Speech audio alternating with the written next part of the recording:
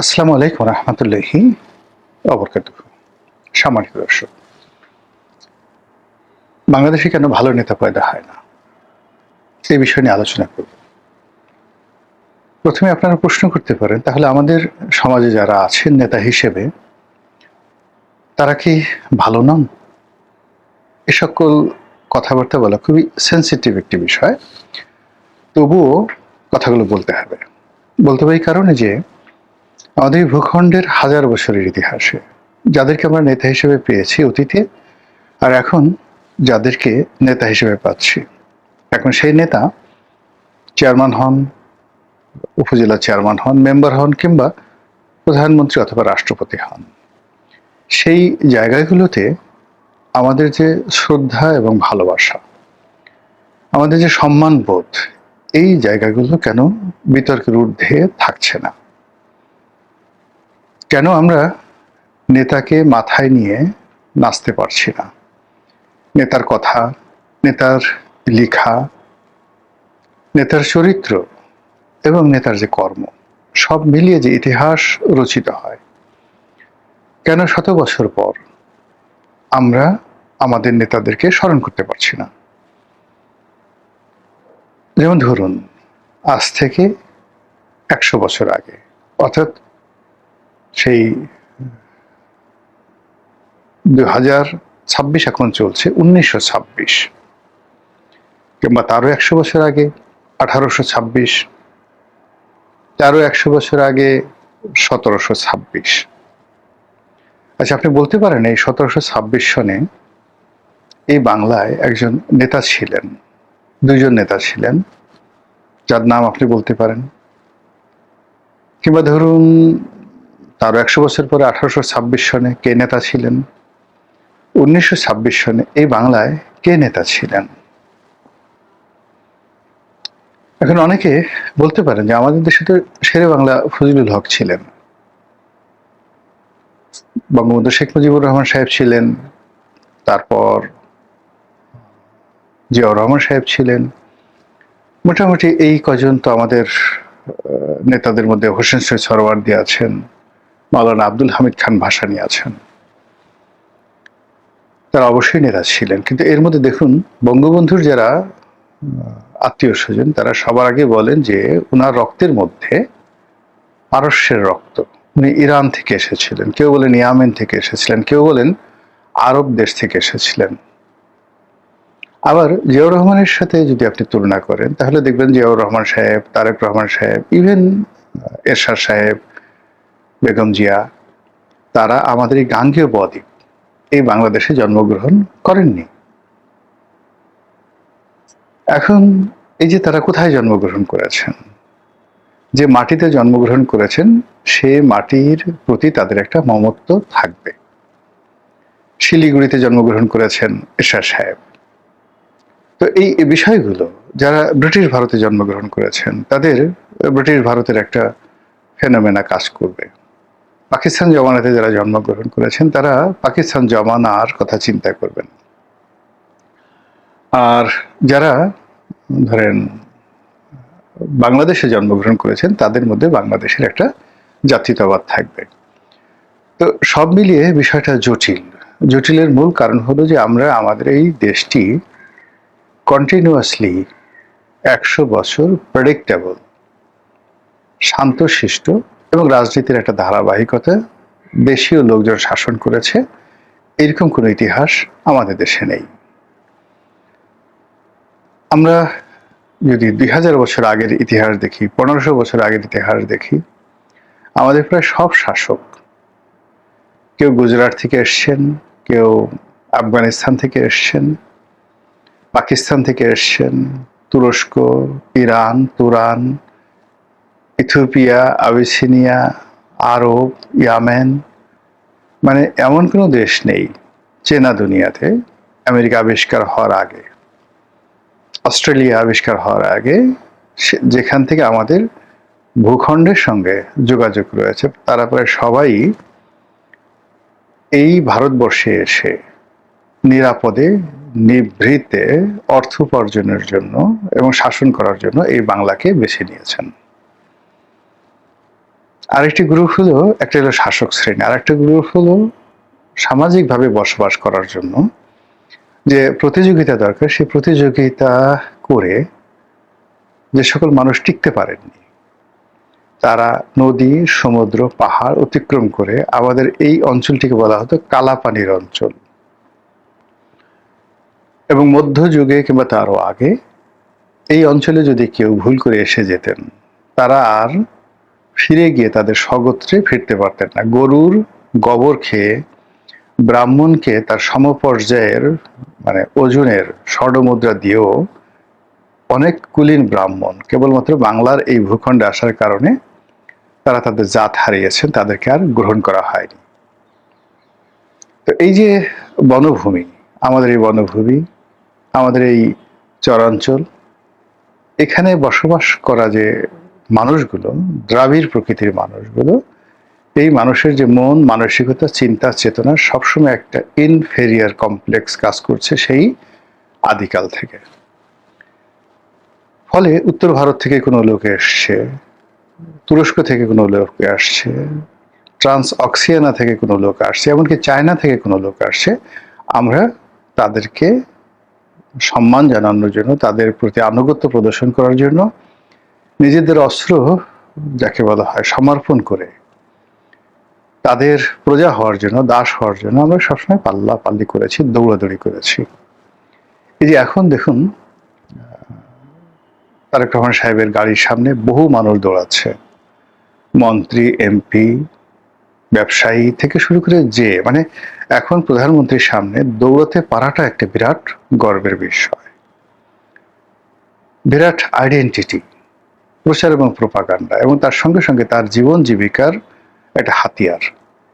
এটা নতুন নয়, এটা শেখ হাসিনার জামানাতে ছিল, বঙ্গবন্ধুর জামানাতে ছিল, জিয়াউর রহমান সাহেবের জামানাতে ছিল, এমন কোনো জামানা নেই এইরকম দৌড় পার্টি ছিল না। তো এখন আপনি যখন দৌড়ান, দৌড়ানোর সঙ্গে সঙ্গে মানে দুটো ব্যাপার, মানে আপনি যখন দৌড়ান আপনার রক্ত সঞ্চালন বেশি হয়।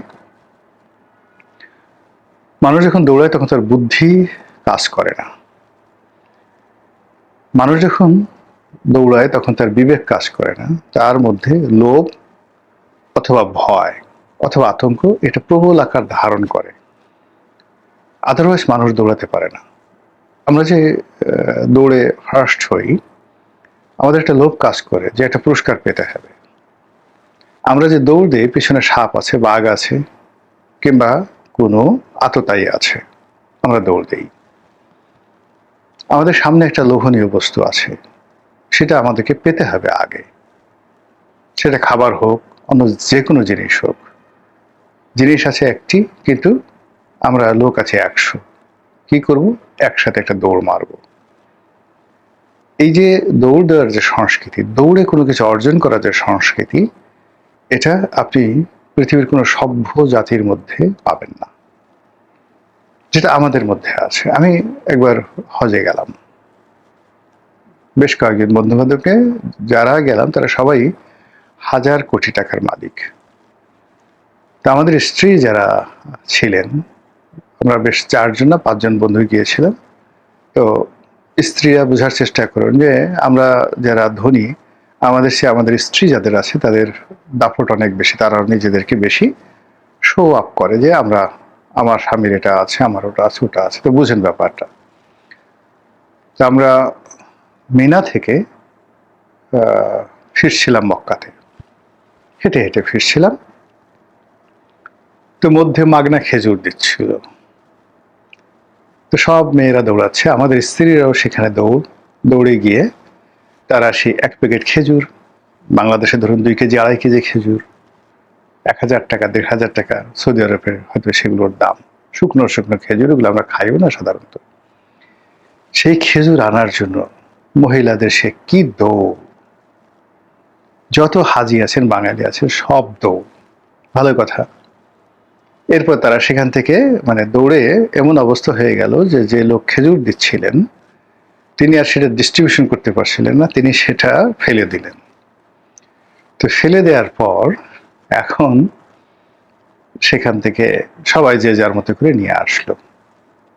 আনার পর সেই মহিলাদের যে আনন্দ, তাদের যে প্রাপ্তি, মনে হয় তারা এভারেস্ট বিজয় করেছে, অ্যান্টার্কটিকা বিজয় করেছে, বা মানে কোনো স্বর্ণখনি সেই আলাদিনের চেরাগ হাতে পেয়েছে, এইরকম তাদের একটা বিজয় আনন্দ।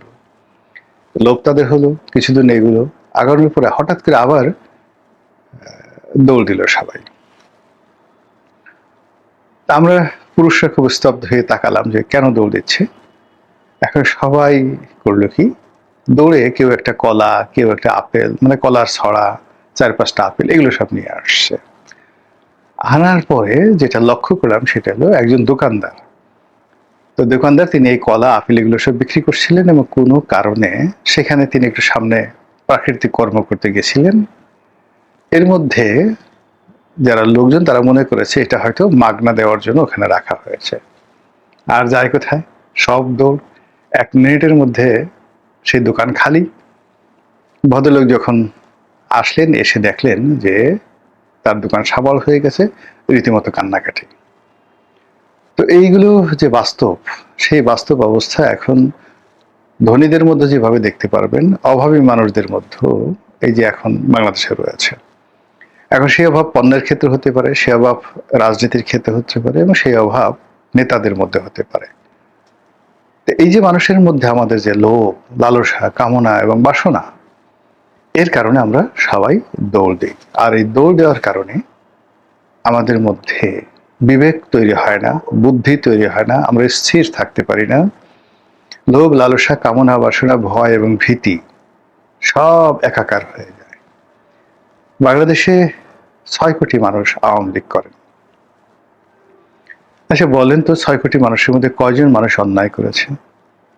এখন যারা বিজয়ী হয়েছেন তাদের অবশ্যই সংখ্যাগরিষ্ঠতা রয়েছে, কিন্তু 6 কোটি মানুষ যদি রুখে দাঁড়ায়, তারা যদি বলে যে না আমরা অন্যায় করিনি, আমরা এই দেশে রাজনীতি করব,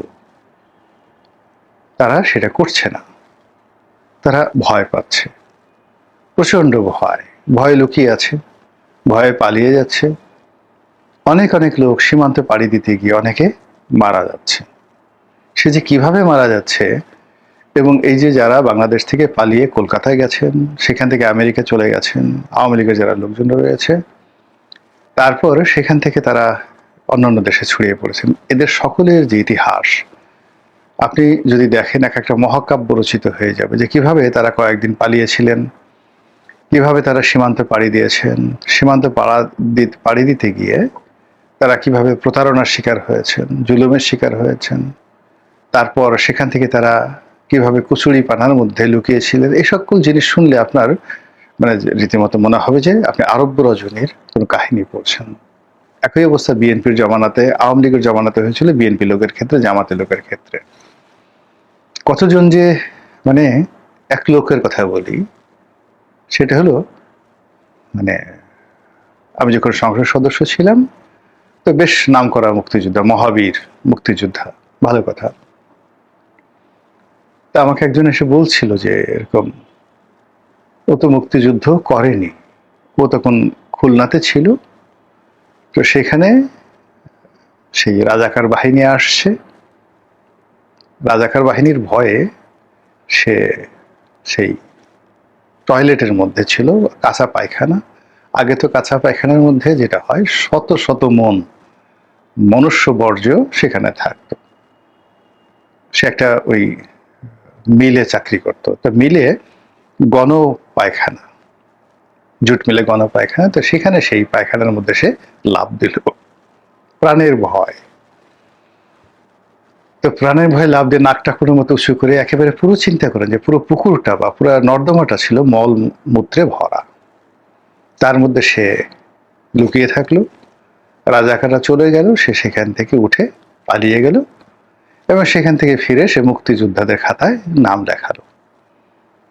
এরপর একটা সময় সে মুক্তিযোদ্ধা কমান্ডার হয়ে গেল, এবং সেভাবে সে ভাতা পাচ্ছে, পুরস্কার পাচ্ছে। তার প্রতিদ্বন্দ্বী যারা আছে তারা আমাকে আবার সেই কথা বললো, আমি আবার তাকে সেই কথা একদিন জিজ্ঞাসা করলাম, সে মাথা নুয়ে রাখলো। আর একজন মুক্তিযোদ্ধার কথা বলি, গ্রামে থাকে, ভীত সন্ত্রস্ত মানুষ। আমি কোথায় কোথায় দেখি যে একটু হলে সে ভয় পেয়ে যায়। তা আমি তারা বললাম যে আপনি মুক্তিযুদ্ধ করছেন কিভাবে?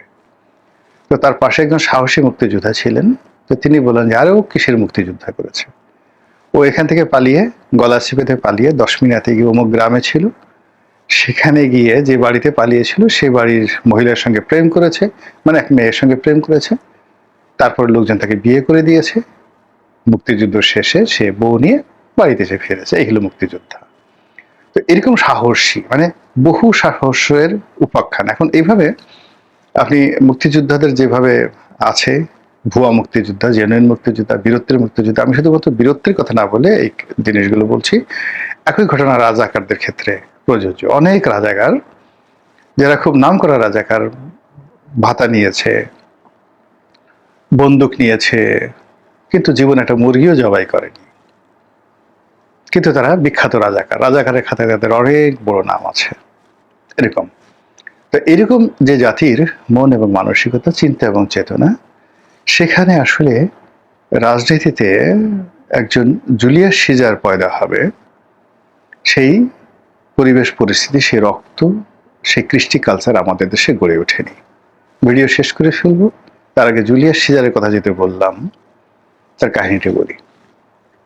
জুলিয়াস সিজার যখন কিশোর বয়স, তিনি রোমের খুব অভিজাত সম্প্রদায়ের সন্তান ছিলেন। তার পরিবার পরিজন সে রোমান সিনেটের সদস্য ছিল। তারপর তারা জমিদার ছিলেন, ধনী ছিলেন, মন্ত্রী, মিনিস্টার, আমির উমরা বলতে যা বোঝায় সেই পরিবারের সদস্য ছিলেন। তো তাকে একবার সেই যে জলদস্যুরা অপহরণ করে। তো অপহরণ করে তার একটা চিঠি পাঠায় যে ধরুন আমাকে 1000 স্বর্ণ মুদ্রা দিতে হবে। তো এটা শুনে তিনি খুব অপমান বোধ করলেন। তিনি জলদস্যু সর্দারকে দেখে বললেন যে দেখো, আমি খুব ভালো বংশের সন্তান, আমার পণ, মুক্তিপণ আসলে 1000 স্বর্ণ মুদ্রা হয় না, এটাকে তোমরা 10,000 স্বর্ণ মুদ্রা হিসাবে ঘোষণা করো। তো ওরা খুব হাসলো, যে এরকম বেকুব, এরকম নির্বোধ লোক দেখিনি। আর যে জলদস্যু যারা দিচ্ছিল তারা অনেকটা স্যাঁচরা প্রকৃতির জলদস্যু। 10,000 স্বর্ণ মুদ্রা মানে এটা আউট অফ ইমাজিনেশন, তাদের আসলে একটা স্বর্ণ মুদ্রা পাওয়ার যোগ্যতা ছিল না। তো জুলিয়াস সিজার জোর করে তিনি সেই লিখালেন যে তোমরা এটা লিখো, আমাকে উদ্ধার করার জন্য আমার পরিবার তোমাদেরকে 10,000 মুদ্রাই দিবে। তো এরপর সেই ঘটনা ঘটলো এবং তার পরিবার, জুলিয়াস সিজারের পরিবার 10,000 স্বর্ণ মুদ্রা দিয়ে তাকে উদ্ধার করল। জুলিয়াস সিজার ফিরে আসলেন। ওই জলদস্যুর সঙ্গে তাদের একটা খুব ভালো সম্পর্ক হলো, মানে জুলিয়াস সিজারের সম্পর্ক ভালো হলো, এবং তিনি সেখানে এসে, যেহেতু তিনি রুট চিনে গেছেন, এসে তার জীবনের প্রথম যে মিলিটারি ইনভেশন যেটা হলো, সেটা ওই জলদস্যুদের বিরুদ্ধে, এবং তিনি পুরো গ্যাংটাকে ধ্বংস করে দিলেন। এই হলো বীরত্ব, এই হলো আভিজাত্য। আমরা পালানোর সময় চিন্তা করি না যে আমাদের পরনে কাপড় আছে কিনা, লুঙ্গি আছে কিনা, জায়গা আছে কিনা। এবং অনেক সময় দেখা যাচ্ছে যে উদম হয়ে, উলঙ্গ হয়ে বহু মানুষ পালিয়েছে। 71-এ পালিয়েছে, রাজাকার পালিয়েছে, আলবদর পালিয়েছে, আবার পরবর্তী সময় বহু মানুষ পালিয়েছে। দৌড়ানোর সময় যেমন আমাদের খেয়াল থাকে না, আমরা যখন দৌড়াই, পাঞ্জাবি পরে আপনি যখন দৌড়ান, আপনার সামনের যে জেনিয়াল পার্ট, পুরুষের যে জেনিয়াল পার্ট, এমনকি নারীর যে জেনিয়াল পার্ট, সেটি যে সব মানুষ দেখছে, ওটার আকার আকৃতি, আপনার যেটা সামনে মোচা হয়ে আপনি যখন দৌড়াচ্ছেন সেই মোচাটা দেখা যাচ্ছে পাঞ্জাবি পরে। ইভেন আপনি যখন প্যান্ট পরছেন, যখন খুব জোরে জোরে দৌড়াচ্ছেন, তখন আপনার জাঙ্গের ভিতরে যে যন্ত্রপাতি আছে, সেই যন্ত্রপাতি আপনার কুস্কির মধ্যে যেভাবে আপনি লুকিয়ে রাখার চেষ্টা করছেন, ওটা দৌড়ানোর সময় সামনে চলে আসে। এটা বোমা, অ্যাটম বোমা হয়ে থাকে। সেই অ্যাটম বোমা নিয়ে আপনি দৌড়াতে থাকেন। তো এই যে আমাদের যে আবহমান বাংলার যে মন মানসিকতা, চিন্তা চেতনা, এই কারণে মূলত আমাদের দেশে আসলে একজন নেপোলিয়ন বোনাপার্ট, জুলিয়াস সিজার, এরপর ধরুন সম্রাট বাবর, যারা খুব যুদ্ধ জয় করেছেন, কিংবা চেঙ্গিস খান, এদের মতো বীর আমাদের দেশে কখনো পয়দা হয়নি। আগামীতে যদি হয়, আলহামদুলিল্লাহ। আসসালামু আলাইকুম ওয়া রাহমাতুল্লাহি ওয়া বারাকাতুহু।